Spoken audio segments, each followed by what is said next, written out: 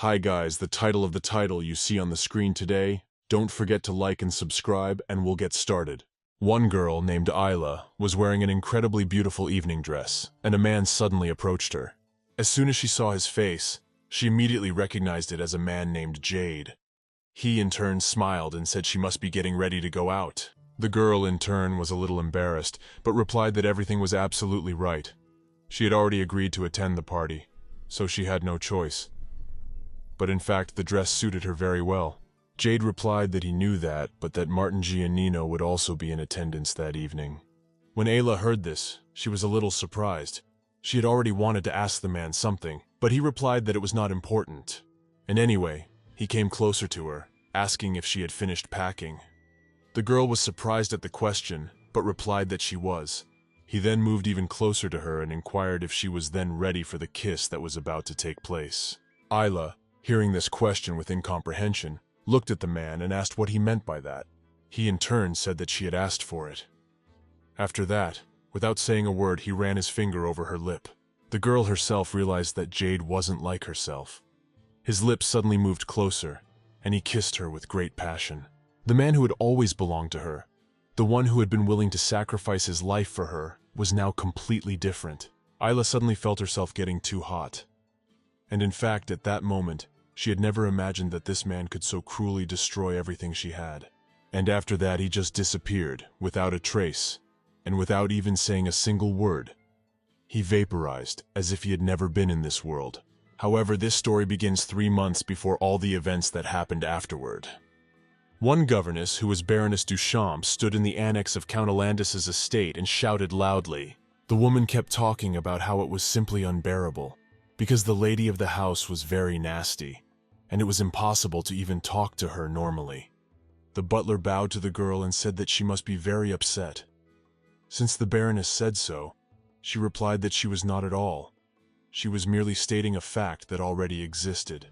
In fact, the girl knew very well that this count was really unpredictable, and she didn't understand why he had hired such a young youth as a butler. Jade, for his part, asked the Baroness if he should consider it a refusal of an offer to be a governess for a lady. The woman looked at him in surprise and at once inquired what he meant at all, and the man, in his turn, insisting on his point, said that he meant what he said, and inquired if he could report all this to the Count. The Baroness was suddenly very frightened and said that she had done everything right, trying her absolute best. She had trained many noble women before her, and no one had complained. Then she moved closer to the butler, saying that since she had such experience, was willing to give it up. She wondered if he thought there would really be anyone else who would be able to handle her. In fact, Baroness Duchamp's words were not without truth.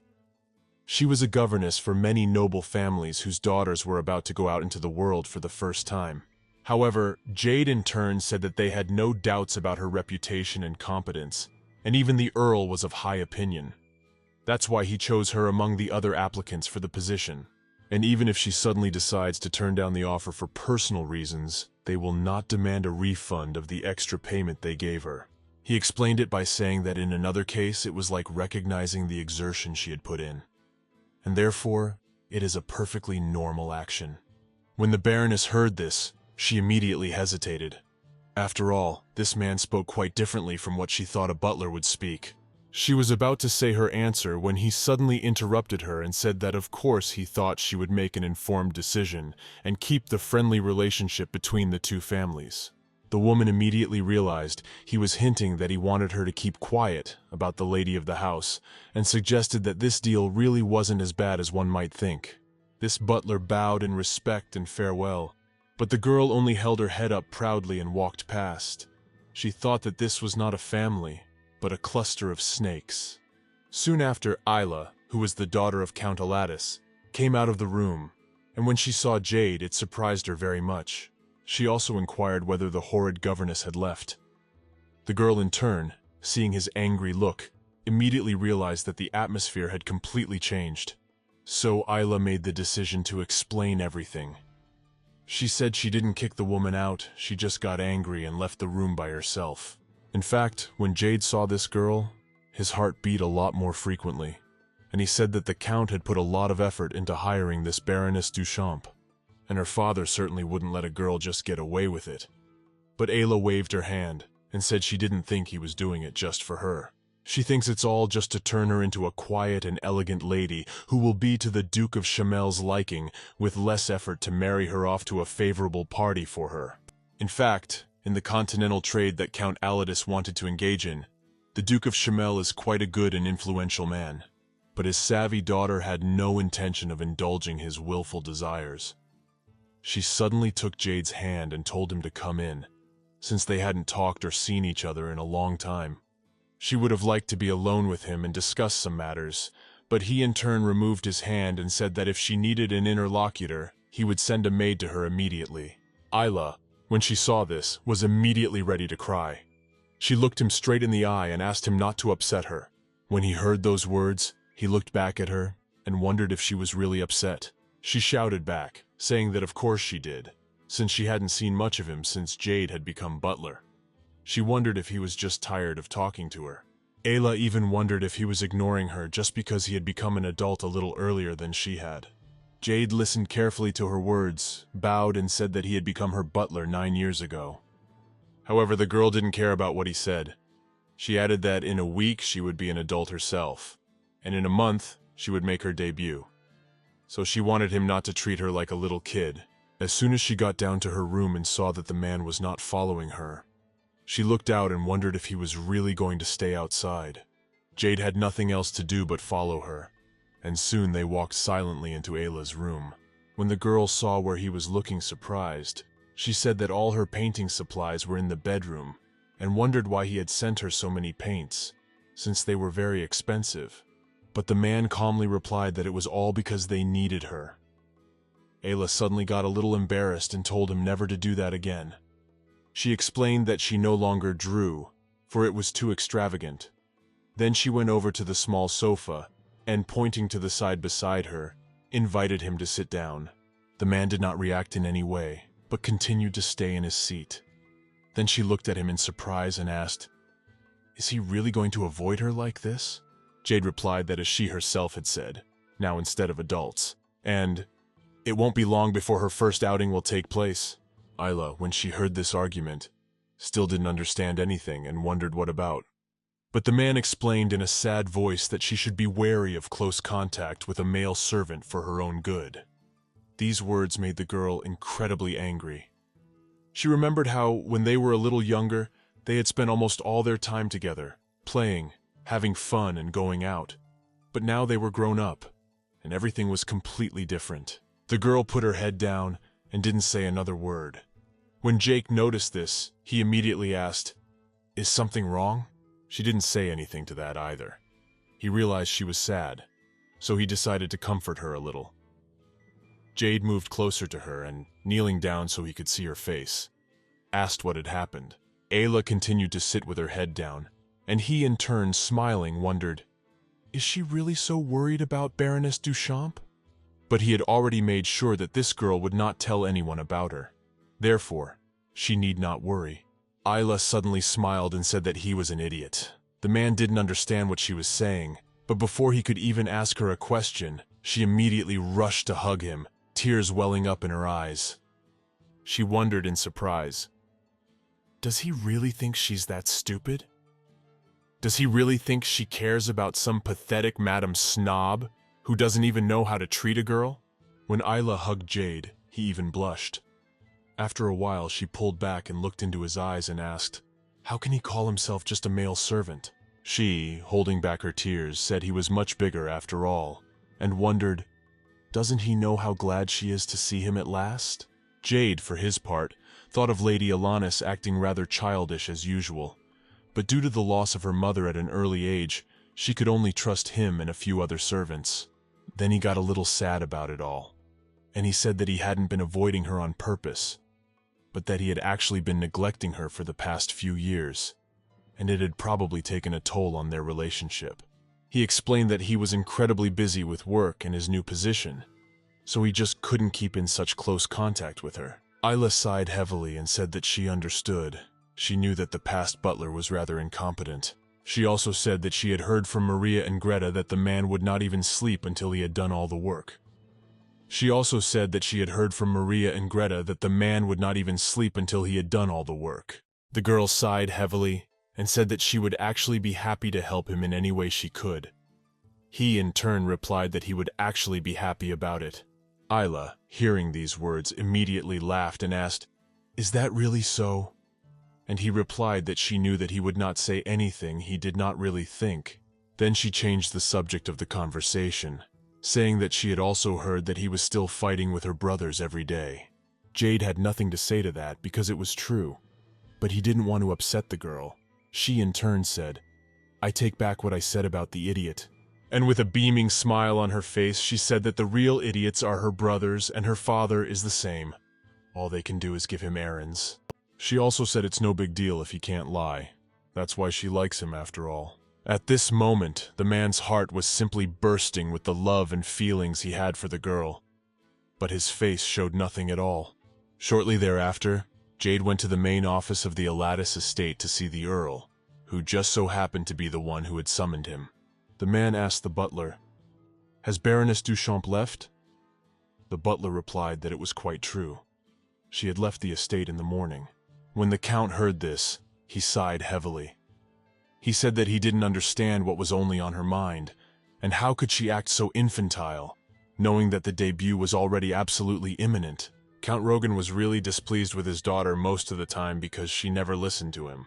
Then Jade said that she wouldn't really need a governess anymore, because one of the ones who had left before had declared that she had nothing more to teach Lady Ayla. At that moment, the Count thought of the fact that she was only acting this way because she didn't come into the world from a noblewoman like her brothers.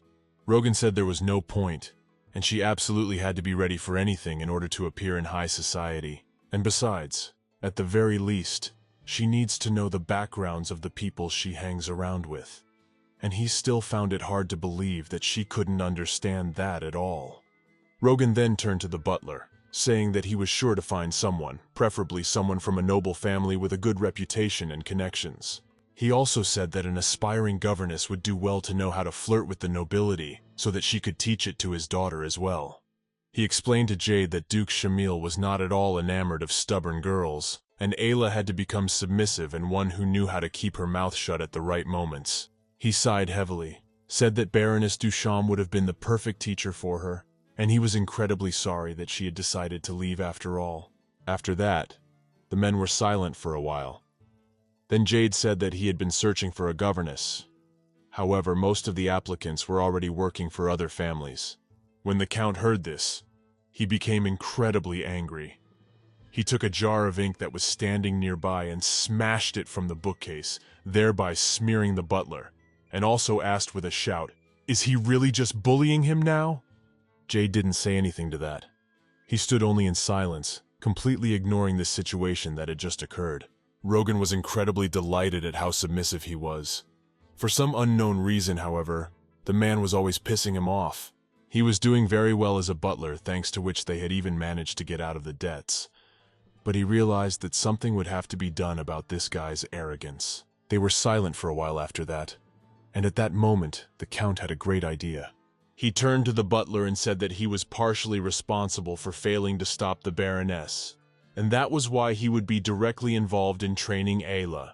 The guy, when he heard this, was very surprised and wondered how he could do it since he didn't think it was the right thing to do. He also suggested, as a way out of the situation, to contact Lady Shalene's past governess, but the Count insisted on his own and asked that he teach the girl what she should know, especially regarding the Duke of Shamel. In fact, Rogan had always worried that this guy knew too much as a butler, but in this situation it wasn't a bad thing, so he decided to just use his knowledge and skills in this way. Then he looked at Jade skeptically and asked if he wanted to teach her how to flirt with men. When he heard this, he immediately froze in place and replied in a trembling voice that he couldn't do that. When Rogan heard this, he looked at him in surprise and asked what he had just done, and also wondered, did the butler dare to disobey the Count's order? Then he opened a drawer in which there was a special rope for beating disobedient people. He wondered at the butler how he even dared to refuse him looking straight into his eyes, and then ordered the guy to take off his shirt.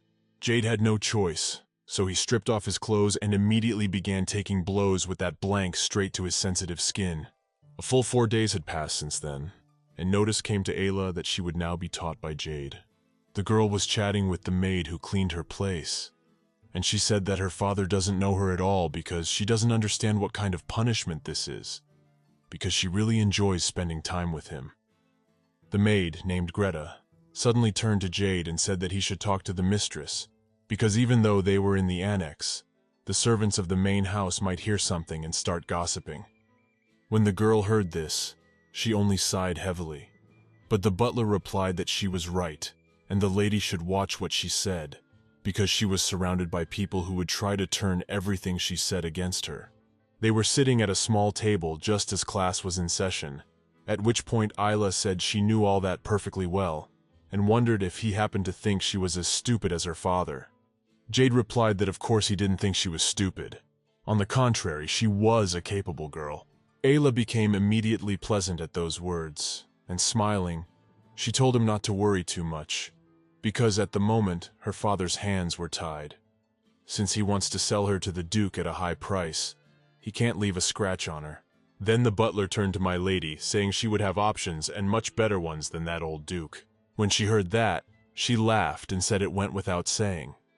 Now that he was going to be her teacher, she was going to learn absolutely everything she could, because now she was really interested, and so she's going to end up choosing the best groom for herself. Not someone who will see her as a toy, not a pervert and no abuser. She wants to find a truly good man that she will love with all her big soul. Jade said nothing. She went on to say that she was going to marry a good man and have the happy family she had long dreamed of. Ayla also added with a smile on her face that she wants to choose where she wants to go and achieve it with all her strength. When the man heard that, he said that was right. In fact, he thought it was good to contain his feelings. However, her strong speeches hurt him much more than the whip that the Count was hitting him with. Suddenly she told him not to worry, because when she gets married, she's going to take him with her. So all he has to do is hold out until then, and then things will work out for the two of them. Hearing that, he didn't say anything back to her. In fact, watching the radiant life she was describing with her eyes would be even more painful than just hearing it.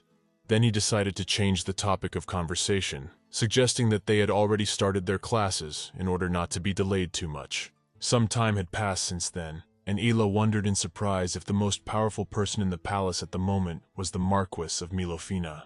The butler replied that everything was correct, because the Marquis had already died 3 years ago. One lesson already a year after her husband's death, she returned to high society. Not a month later, she attracted public attention to her story. And besides, the girl is an outstanding businesswoman. Ayla listened to him attentively. Then she wondered if she was a beautiful girl. Jade felt a little uncomfortable with the question, and didn't understand what it was even about. Then the girl explained that she just wanted to understand how she'd gotten to the palace in the first place. She also said that he himself had said that the king himself was even interested in her. So I was curious about her, whether she was a dazzling beauty or had distinctive qualities. Certainly Ayla realized that beauty absolutely didn't solve everything. However, she was really curious.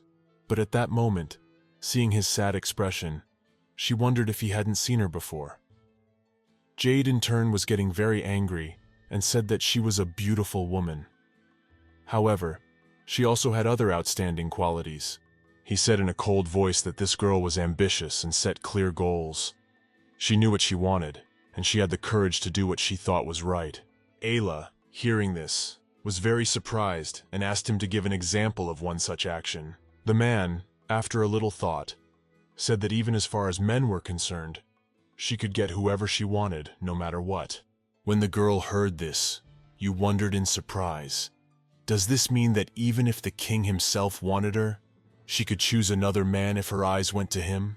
Jade replied that everything was absolutely true, and there had even been rumors lately that Earl Mirabel had felt absolutely terrible about starting after her rejection. Because she is so carefree about her personal life, because of her influence, many nobles even complain that society has become promiscuous lately. Ayla, in turn, looked at the man without taking her eyes off him and said in a delighted voice that he knew so much.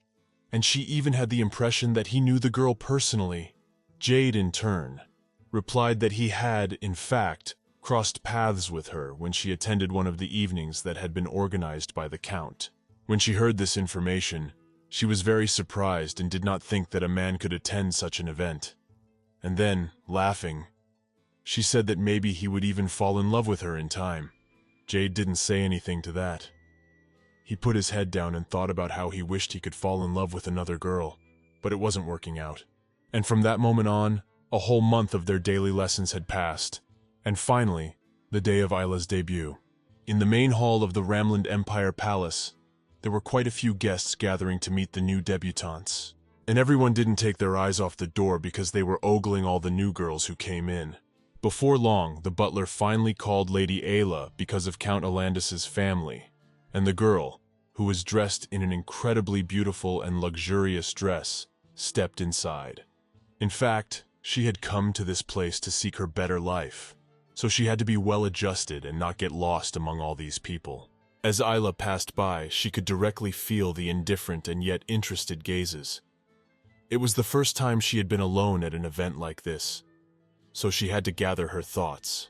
The girl continued downstairs and thought about the fact that even though she didn't have a mother, she still learned and realized a lot on her own. Ayla soon approached the king and queen and, standing not far from them, immediately bowed in greeting and respect. When the king saw her incredible beauty, he could not even sit still, and his wife in turn looked at him in surprise and could not understand why he could not even take his eyes off Ayla. The girl herself at this moment bowed and smiled and thought about the fact that even though she still had a lot to learn, she still knew that she didn't want to live the life of a doll for a man. Soon after, the girl went to various men to say hello and show off. And despite her initial determination, she's already managed to run out of steam in such a short time. They're pricing her like she's some precious slot at an auction. The girl's heels gave her feet a terrible rubbing. That's why they all hurt. She didn't even take any medication with her to prevent this from happening. As Ayla looked around, she noticed that everyone around her seemed contentedly calm, as if they were comfortable, and she couldn't believe that she was all alone in incredible pain. When she started to approach another man to show her good side, she realized she couldn't take it anymore. So the girl approached her father and asked if she could go out for a while to get some fresh air. Rogan, on hearing this, immediately requested that she should in that case return as soon as possible, for Duke Shamel would be coming soon enough to look for a dancing partner. The girl was incredibly angry about this. However, she did not show this to her father and soon began to go out on the veranda to rest a little. Before stepping out into the fresh air, she looked around to see if anyone had accidentally spotted her, and before long, Ayla was already out in the cool night air. And in that second, she immediately felt a little better. She decided to give her feet a little rest. She decided to give her legs a little rest, so she walked over to a small bench near the edge of the veranda. When Ayla sat down, it was only then that she realized that her mouth was dry, and the only thing to drink in this place was champagne. But she didn't really want to drink alcohol in such a tense atmosphere. In fact, the girl felt more lonely than ever. But at that moment, she suddenly heard various music starting to come from the ballroom. She immediately assumed that in all likelihood the king and queen began to dance. The wind people began to applaud, and the music became even louder. The girl knew that after that, the nobles would immediately join in, and that meant that the grand ball was about to begin. She realized that she needed to get up as soon as possible. If she didn't, her father would be incredibly angry that she'd missed the opportunity to dance with that horrible duke. But the moment she got to her feet, she felt an incredibly intense pain in the places where the shoes had rubbed her. Ayla started to feel incredibly bad about this. She realized that she couldn't even move, and even if she magically managed to get to the ballroom, she would only make herself look bad. So she sat back down on the bench. Suddenly the girl looked around and noticed that someone had also come out onto the veranda. It was a man, and he had a glass of alcohol in his hands. When she looked at his face, she noticed a huge black mask there, and immediately realized that it was the fashion at the time to hide the face with a mask. The girl also remembered Jade telling her that even this trend came from the Marquise Mellifine. But as soon as she took a closer look at the man, she realized that he was still different from everyone else. When she saw the glass in front of her, she immediately realized it was probably champagne. so she politely said she didn't need it. However, the man still remained in place and held out the drink under her nose. Ayla had nothing else to do, so she took it in her hands. The girl decided to drink just one sip because she was terribly thirsty. But the moment she tasted the drink, she was very surprised. And it was all because when she took a sip, she immediately knew it was the taste of apple juice and it was her favorite drink. She was immediately delighted by this news, so she drank the whole glass in one gulp. Her throat immediately felt an incredible pleasure, and she was even refreshed. But at that moment, the girl also noticed that this servant suddenly bent down and started to take off her shoes. She was very surprised and wondered what he was doing, because he even pulled her dress higher. The man didn't answer anything, but only continued to take off her shoes and jewelry that were on her feet. The girl did not understand what was going on and why he was doing it. After that, however, she felt his hands begin to move in various motions, helping her legs to relax. Ayla immediately felt that it felt incredibly pleasant, and she realized that the pain was slowly starting to go away. The girl felt that his hands were incredibly hard, and it even made her feel ticklish, but at the same time incredibly pleasant. She felt so good that she decided she might even stay on the veranda for a little while longer to get some more rest before the dance. But at this moment, she suddenly looked down and noticed that her skirt was pulled up a lot, so she immediately yelled at the servant and told him to stop. Ayla was showing her bare legs to a complete stranger in this way, and she realized that if anyone saw it, her reputation would definitely be ruined. But the masked man only replied that everything was fine and she shouldn't worry. As soon as she heard the voice, she thought about it, because it sounded familiar. She looked at him more closely afterward and wondered if it was Jade. The man in turn said that she shouldn't worry about anything, as the Marquis of Melifina had only just appeared now, and for a while everyone would be focused on her. Ayla immediately said that was completely irrelevant right now, and wondered how he'd even managed to be at the event. The man, continuing to massage her feet, replied that it was the Count's order, but it was probably his commission. When the girl heard this, she wondered if it was the Count's order, why he needed the mask. Jade didn't say anything. He started to put her shoes back on and said that he had put some ointment on it, so it should get better. However, he recommended that she not move around as much while her feet were so badly inflamed. She, in turn, said that he scared her incredibly, because she thought she had encountered a pervert at the event who preys on naive girls like her. The man, indignant, replied that she was not naive at all, and everyone who had seen her that day absolutely agreed with him. When Ayla heard that, she even blushed a little. She looked up at Jade and noticed the moonlight on his face. The girl's heart began to beat even harder. She touched his mask with her fingers and was about to take it off, but he suddenly moved away and pulled her hand away. The girl immediately said that she definitely didn't know. However, the nobles weren't as stupid as she thought. Ayla wondered if they would have a high opinion of her after her father started selling her off as profitably as possible. Jade removed his mask and, with his head down, said that he was sure everyone present would agree with him that of all the ladies who had attended the ball, she was the most beautiful. When she heard these words, her heart began to beat even harder, but there was an awkward silence between them. But at that moment, the door behind them suddenly opened, and some man came out onto the veranda, asking if they were all right here. When Ayla looked to the side and saw him, she immediately said she was fine. But in fact, she couldn't even remember his name. She remembered that he was the son of the Marquis. But at that moment, the man turned angrily to Jade and asked what he was doing here, since any business in this part of the palace was certainly none of his business. The guy immediately started putting the mask back on and said he thought something was wrong with Lady, so he was trying to do something to help her. After that, he turned to the girl and said that he now thought that she could already return to the ballroom.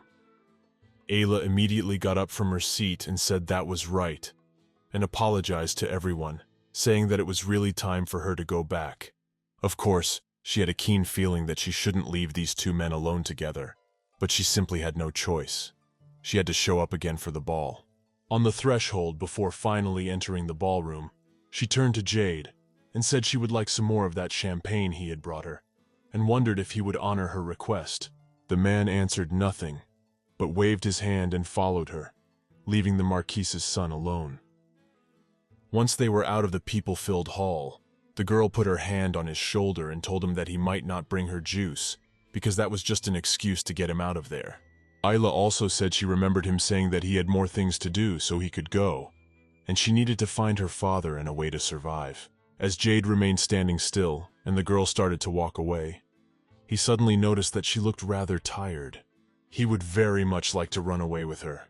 However, he didn't even know where they could go. He unfortunately can't do anything for her, as he is just an ordinary butler in her palace, and certainly couldn't support her even if they ran off somewhere. But at that moment, as Jade was about to go downstairs to go about his business, he suddenly felt a fan touch him from behind. As soon as he turned back and saw some girl, she in turn said that she had finally found her partner, and added that apparently he wasn't busy that evening. The man looked at her in surprise and replied that she must be mistaken, for he was not her partner. The girl smiled and wondered how she should address him then. She suggested that she could call him her companion or even her toy already. Jade already wanted to get out of there, and said he didn't care at all how she was going to stitch him. The girl settled for that answer, and said that in that case he would be her toy. She said that there was no longer any reason for him to hang around the palace idly, but rather to go along with her. A few days had passed since then, and it was the perfect time to train at the Aladdin family home on the training ground. Jade in turn competed against Earl Aladis's second son, namely Calaman. The one in turn started yelling at the guy, telling him to get up. Was he just gonna lie there moaning like a girl? He immediately attacked Jade without a second thought, but he was able to jump back in time to block his blow. This made Calaman very angry, and he even called him a rat. After that, the fight continued, and he also asked Jade if he was ever going to attack at all. He looked him straight in the eye and told him with all the anger in the world that the guy was just being a butler and was worthless. Jade didn't say anything to that, but just stood there silently looking at him. He'd made enough effort to beat him in this fight, but at that moment, another man approached them. He was the Earl's first son, and his name was Zekin. He turned to Calaman and asked him if he was still playing with the butler. He wiped his weapon clean and told the kid to leave him alone already, because Jamel's trade group had sent the invoice and his father was looking for him. But his brother in turn got very angry and threw his sword aside, saying that he had just started after all. This made him incredibly angry, but soon he went to the manor because his father was not going to wait long. Jade walked over to the weapon at that moment and immediately began to pick it up. He handed it to his second son and told him to take it. He gave it to the second son and told him to take it. Before he left, Calaman also told his brother that, for some reason, Jade just pisses him off. The other boy wondered if that was why he was training with him and not the other soldiers as usual. But the guy in turn explained that it wasn't a workout at all, just an excuse to beat him with complete impunity. His brother in turn laughed and wondered if that was why he didn't hit it, even though he didn't even have a real sword in his hands. He replied, indignantly, that it was because the fellow was as dodgy as a little rat. Zekin then replied that he advised him to stay away from the butler anyway, because he knew his lineage and he was suspicious. He also told his brother to think for himself as well. How could he move like that when he hadn't even received sword lessons since he was a young boy? But Calaman replied that he came from the streets, and there was certainly no training there. He'd probably just been through a lot of fights. But his brother insisted and suggested that he just leave the guy alone, because it would be better for him. Before he left, he told Zekin not to worry too much, for he knows his weak spot. My brother immediately asked, "What is this weak spot?" And the guy explained that he must have been beaten up a lot as a child. So now if you aim at his right armpit, he can't even move a muscle. Zekin sighed heavily and told his brother that he was pathetic because it had been so long and he only knew one of his weaknesses. So he had better be careful, because if he lost his arm or was injured in any way, his father wouldn't let it go. Calaman in turn sat down on a bench nearby and said that there must be some home from it after all. He also didn't understand why his father had entrusted such a man with the role of butler after all. After all, he had talked about Ayla bringing him in off the street as long as 10 years ago. His brother came closer to him and said that was right. However, he should also remember that a butler was still a servant, and it didn't matter what kind of background he came from. No one cared as long as he did his job properly. Oh, and besides, Lady Lauren has sent an invitation to her soiree, and father is very anxious for him to accompany Ayla to it. He also said that in all likelihood the girl had made a good name for herself at the debutante ball. Kalaman sighed heavily and said he'd heard some families had already expressed interest in her, though her father was turning everyone down. His brother smiled and said that many even say that stone is useful if it lies where it should, so it was her time to become useful and help their home. Kalaman in turn said that since the party was organized by Lady Lauren, wouldn't it be too much foul play? Guy replied that apparently Duke Shamel had sent the request and wondered if he could just invite a woman to his place. Thoth in turn laughed and said that he could imagine how this evening would even end. He couldn't even wait until he could see her grimace in horror. Kalaman said she still continues to live in her fairy tale world. However, this time she's going to have to face reality. I have given her some advice before, however. She has ignored it, and that is rather arrogant of her.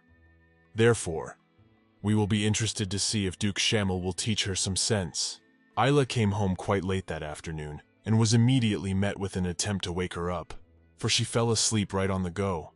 The girl was staggering from side to side, and the maid was discarding how much she had drunk, because she reeked of alcohol, and she didn't even know how to drink. When one of the maids turned to Jade, asking him to help put her to bed while they made tea and ran a bath, the other maid agreed with him and said that she might also throw up, so she asks that he support her head in case she does. At this point, Jade took her in his arms and began to carry her into the room while the maids went off to do other things. For a while the man just stared at her. After that he brought the bed over, and as he put it there, the girl suddenly started to twist around. She grabbed his hand and asked him not to leave. Jade looked at her worriedly and wondered if she was all right, assuming that she had gotten sick and needed help. However, Ayla, looking him straight in the eye, said that she really thought she would die from wine and whiskey. She didn't know that there were so many kinds of alcohol, and the girl doesn't even understand why they were so intent on getting her drunk, especially that serpent Duke Shamel, and it annoyed her incredibly. At that moment, Jade put his hand on her shoulder and brushed away some hair that was climbing right into her eyes. The girl looked at him in love and said that she really liked him because he was not a nobleman. She was blushing because of the huge amount of alcohol she had drunk that evening. The man who heard those words immediately stopped and looked at her in surprise. Ayla said that the nobles had no elegance but were dirty and vicious. She also added that when the girl had already told them that she couldn't drink anymore, she was told that if she couldn't drink, it was better to kiss the person next to her. As it turns out, it's a new tradition of such evenings. It's called the kissing game. And honestly, she still had a hard time believing that such a thing even existed. Then she asked him if he even knew who sat next to her. She said that it was Duke Shamil. She called him a pervert and added that he had been sitting next to her the whole time and had never left her side. Ayla couldn't even manage to excommunicate herself to the restroom, so she just kept punching to show him her pride. Then she wondered if he could even imagine what this Duke had done next. She told Jade that he probably just got mad at her, and in retaliation kissed the girl who was sitting on the other side of him. She couldn't understand how they hadn't burned with shame even after all that had happened, because it had gone on for quite a while, and the others were all laughing and clapping happily. In the end, she got so drunk that she fell down 3 times on the way home.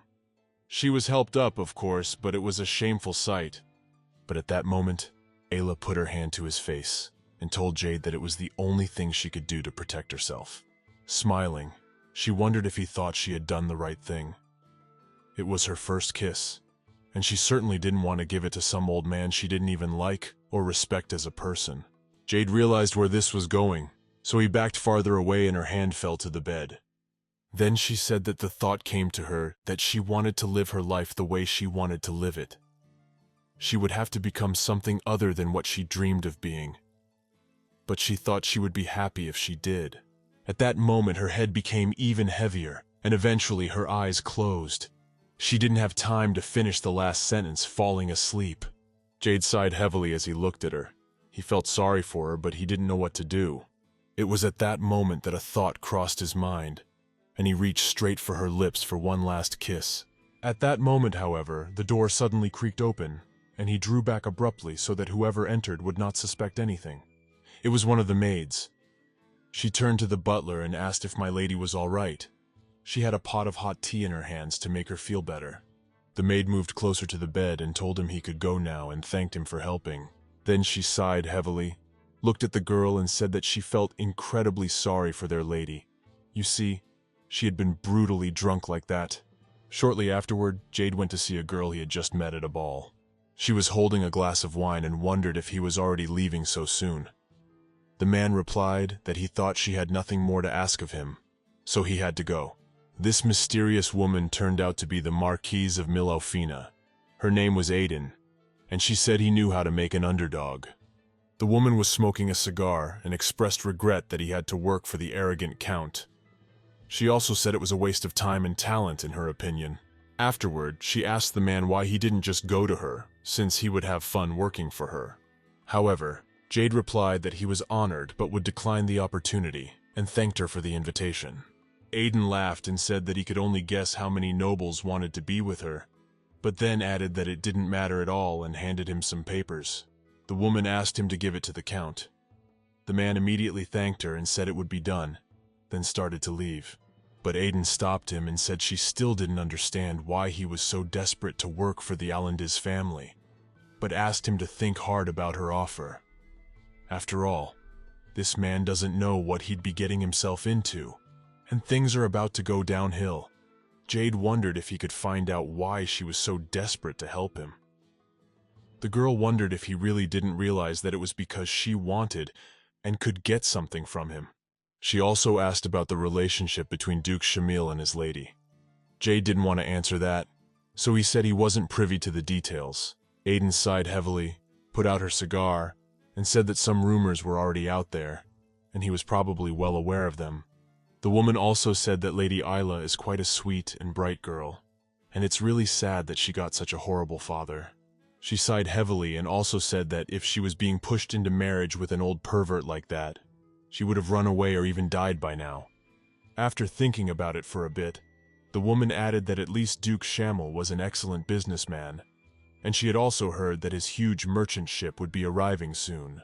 Jade replied that he believed there would be a fairly large auction in such a case very soon. Aiden replied that it was an incredibly significant event, and all the trade groups would be vying for the right to participate. Then she asked if he thought the Duke would have a wedding right after this auction was over.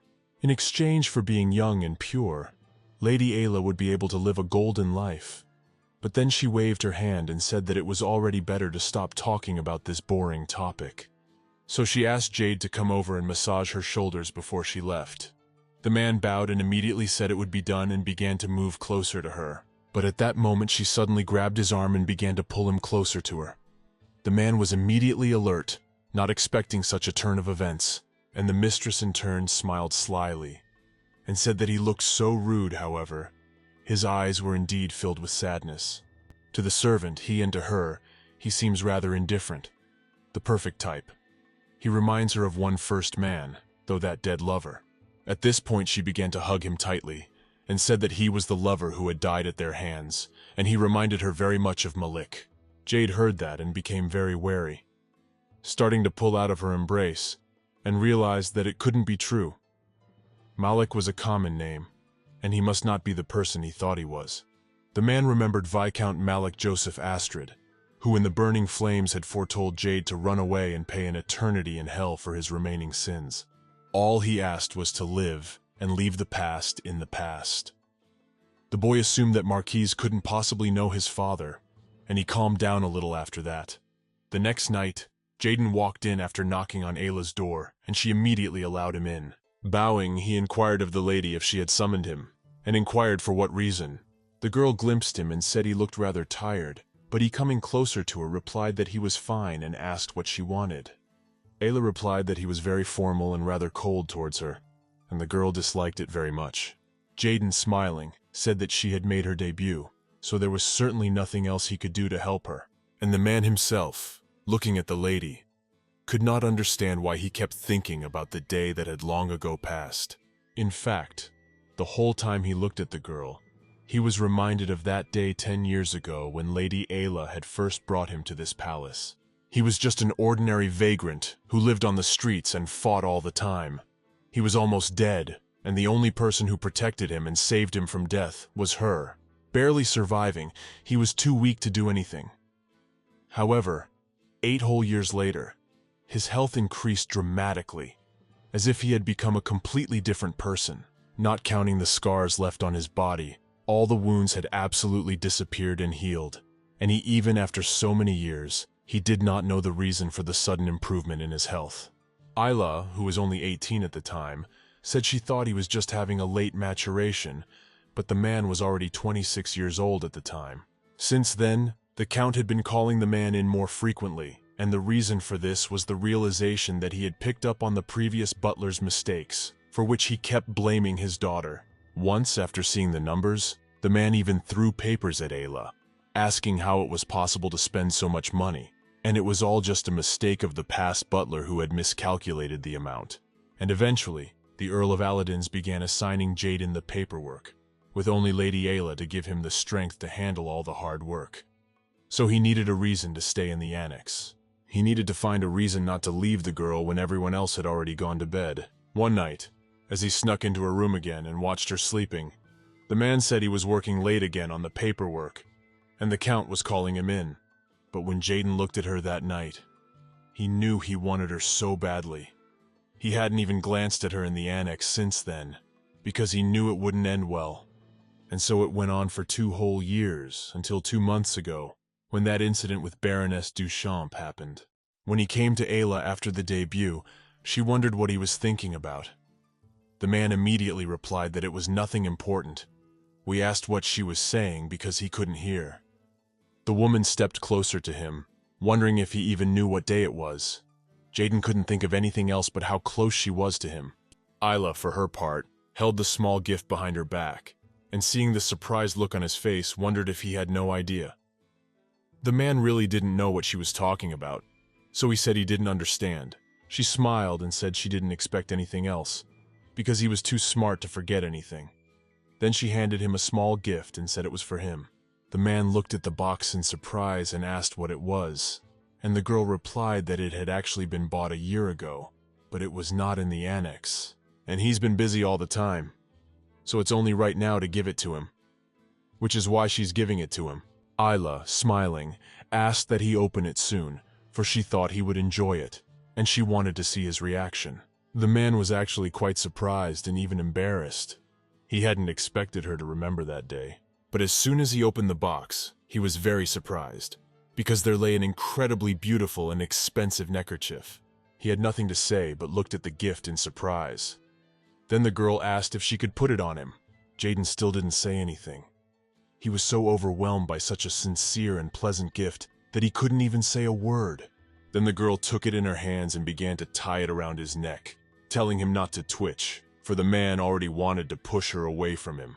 She smiled as she knitted it, and said that she had wanted to do this a long time ago, because one day she would have to take care of her husband like this. When she said these words, she even blushed a little at all these different thoughts. In fact, that day was the anniversary of their acquaintance. It had been 10 whole years since he had arrived at that place. When Ayla found him, she held out her hand and asked him why he thought he was going to die, and asked that he never say those words again. She said she is only 10 years old. However, she already knows that it is possible to feel lonely in life. So she asked him to take her hand and stop crying already, because now he had her. When Ayla tried to tie the shawl around his neck, she didn't succeed the first time, and after doing it very sloppily and disheveled, she said it was much more difficult than she could have imagined. Well, be that as it may, she also added that he was still very much suited to the shawl. She said that she had specifically chosen a color that matched his expressive eye color. Jade, for his part, looked at her in surprise. She saw the look on his face and wondered if something was wrong, and he asked if she meant that this shawl was the same color as his eyes. Ayla answered that it was quite true, and that sometimes you can see a silver border in the pupil, and it looks very beautiful. The man was a little surprised to hear this, for he had never noticed such a thing before. And she also said she had something else to tell him. Jade wondered what it could be. She smiled, a little embarrassed, but said she'd made up her mind. He was immediately wary, and then inquired as to the decision in question. The girl looked down and said that she had decided who she would marry. In fact, she felt she couldn't discuss it with anyone but Jade himself. even if he might not be comfortable with the information for some reason. So Ayla said she had been in Lady Karis's parlor that day, and they had been talking about an Elermina poem, one of her favorites. And suddenly, Lady Viviana began to insult her, saying how she knew absolutely nothing. She even said that the girl probably knew nothing but books in her life. That had always bothered Ayla, but this time she reasoned for so long that the girl even managed to get upset about it all. All the other guests just watched it all from the sidelines, and some even giggled. And then there was a young man who immediately inquired if they were talking about this poem. Ayla asked the man if he remembered the nobleman who had then entered the balcony on the day of her debut. This fellow said that it had been a long time since he had met a man whom he had so thoroughly understood this author, and apologizing for his intemperance, he said he could not help overhearing their conversation, and asked if they would mind if he joined in their discussion.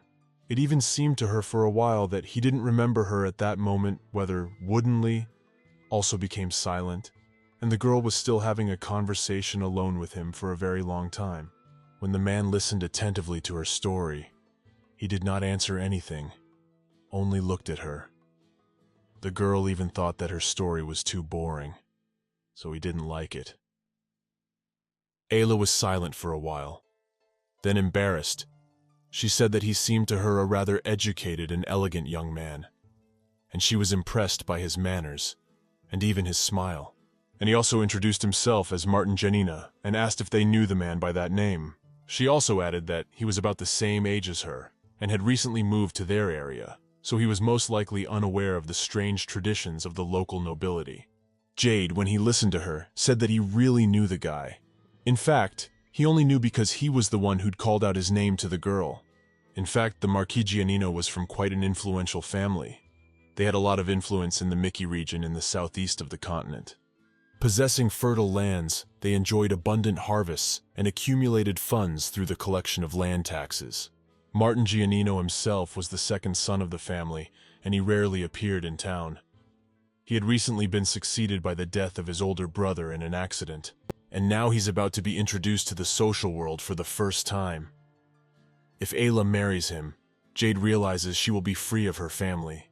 She will gain freedom from her father and brothers, gain higher status, and even great wealth. And even for the Earl, such an arrangement would be much better than marriage to the old Duke, who would be of little use. Everyone would benefit if they really loved each other and married. Jade was silent for a while, and then said that was really interesting to hear, and it was good news, especially for her. The man also thought he absolutely had to say that to let go, and soon he turned around and started to walk away. Apparently the pain was too unbearable for him, but at that moment the girl ran up to him and grabbed his sleeve, telling him to wait, for she wasn't done yet. He wondered in surprise. Is there anything else she wants? Ayla said that the season was almost over, but she wasn't sure if he had any feelings for her yet. The man proceeded to turn around and walk away, saying that he was sure the man probably does. But the girl, getting emotional, said that if nothing happened before the season was over, her father would force her to marry the Duke, and then she would simply have no choice. The man looked at her in surprise and asked what she wanted him to do in that case. The girl said that there would soon be another party at Lady Lauren's, similar to the one she had had that time, and she also heard that Martin was invited there, so she's going to sit next to him. Jade was a little disappointed when he heard that, but he said he understood. His face showed disappointment, and she didn't understand why he was suddenly so distant. Therefore, to confirm her words, she blurted out that she desperately longed for it. After all, it would be better to die than to marry old Duke Shamel. She definitely knows that the kissing game will take place at this party, and then she will definitely be able to kiss Martin to see if he has any feelings for her, or to give him the first step. She also explained that it would allow her to find out if he really felt sympathy for her. She also explained that it would allow her to find out if he really liked her. Ayla also said in a trembling voice that Duke Shamel, after seeing their kiss with his own eyes, would no longer be interested in her. And if she was lucky, she would be able to marry the man she wanted. But if not, her father will and beat her to death, or just bury her head, and she's willing to even accept that, because then she'll know she at least tried. She thinks it would be far better to do at least that than to just sit back and idly let her father have his way like that. Ayla put her head down and said that she didn't have much time at all. So she really wanted him to teach her how to kiss, so she definitely wouldn't embarrass herself in front of Martin. When Jade heard this, he was so surprised that he didn't even believe her words the first time. So he questioned what she was even saying. The girl explained that people think she's a complete idiot if they find out she also doesn't know how to kiss properly, and everyone will raise her to death, and then things will get ugly. She also explained that Marquis Giannino is very good at talking to the ladies, and he is very successful and in demand with them. And all Ayla wants is to at least impress him with the most beautiful first kiss enough to make him fall in love with her and marry her. Jade was silent for a while, then said that if Marquis was a true gentleman, he wouldn't judge her for not knowing how to kiss. So she should just wait, because there would be a better opportunity where she could do what she wanted. But the girl was very upset and said that this is not true at all. Duke Shamil will send a letter of proposal very soon, and she knows it for sure. She also said that her father was on his way back from hunting in a week, and as soon as he received this letter, her whole life would be ruined. She started yelling at Jade, saying that he probably didn't care if she married an old man. But she didn't, because she'd have to live with him for quite a few more years, and then after he died. So she was ready even on her knees to ask him for help, because she wants to become a woman that the Marquis will desire so much that he won't even notice anyone else. She also said that she was terribly sorry that she had to ask him to do this, but he was really the only one who could help her in such a matter. Jade stared at her for a while, trying to restrain himself, but suddenly he couldn't bear to see her suffer. So he moved closer. Then he threw a plaid over her shoulders because the girl was so frightened and upset that she began to freeze.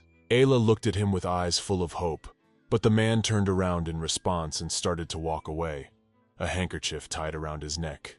Shortly afterward, Jade walked over to Marquis and poured himself a full glass of wine.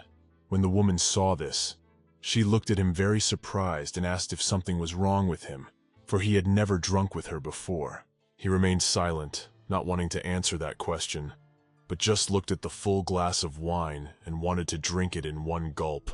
The woman smiled, got up from her seat, and said she didn't even know what had happened to him, but she loved seeing his sad face. Jade hadn't been able to stop thinking about the fact that Ayla had offered to teach him how to kiss. He couldn't figure out if she really thought that skill could save her. The woman lit a cigar, and after a while said he looked better when he was relaxed, and reminded her more of Malik. She's surprised that he used to be completely oblivious to what she says, but now he reacts immediately when she makes such suggestions. Jade, blushing from a whole glass of wine, asked what kind of person he was that he drank so much.